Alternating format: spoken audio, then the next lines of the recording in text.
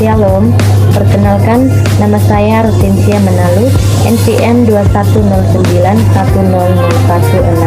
Saya dari kelas A Prodi PGSD dengan mata kuliah Konsep IPA dan dengan dosen pengampu Dian Wulansari.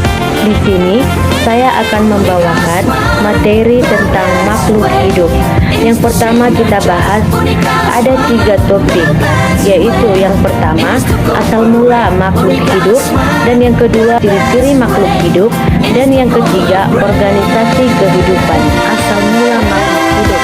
Asal mula makhluk hidup dibagi menjadi 5 teori, yaitu yang pertama teori abiogenesis yang ditemukan oleh Aristoteles pada tahun 384 sampai 322 sebelum Masehi.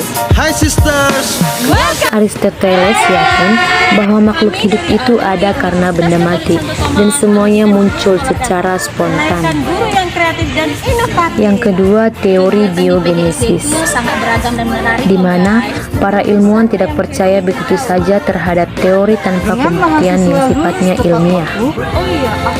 Yang ketiga, teori evolusi kimia atau neobiogenesis, yang dengan membuktikan hipotesis operasi dan membuat percobaan yang menurut eksperimen primitif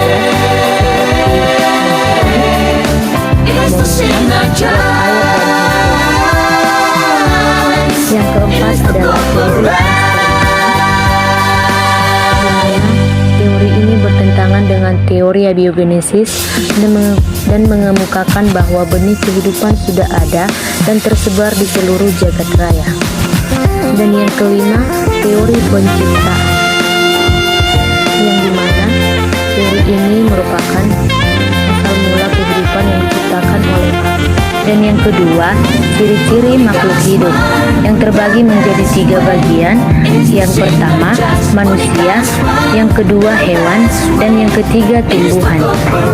Makhluk hidup terbagi menjadi 2 bagian. Yang pertama makhluk hidup dan yang kedua makhluk tidak hidup.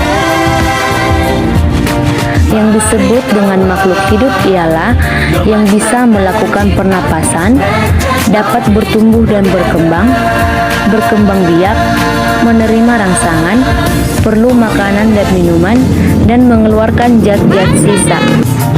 Dan yang disebut dengan makhluk tidak hidup ialah malah kebalikannya, yang tidak bernafas dan tidak bertumbuh dan berkembang dan tidak berkembang biak dan tidak dan yang ketiga, organisasi kehidupan makhluk hidup yang pada dasarnya terbagi menjadi 4 bagian. Yang pertama, sel. Sel merupakan unit struktural dan fungsional terkecil pada makhluk hidup. Dan yang kedua, jaringan. Jaringan adalah sekumpulan sel yang dapat memiliki bentuk dan fungsi yang sama. Yang ketiga, organ. Organ dibangun oleh beberapa jaringan yang bersama-sama melakukan fungsi dan tugas tertentu. Dan yang keempat, sistem organ. Organ tubuh makhluk hidup tidak bekerja sendiri, tetapi saling bergantung dan saling berpengaruh dengan organ lain.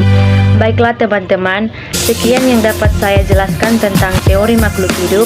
Jika ada kesalahan kata, mohon dimaafkan. Sekian dan terima kasih.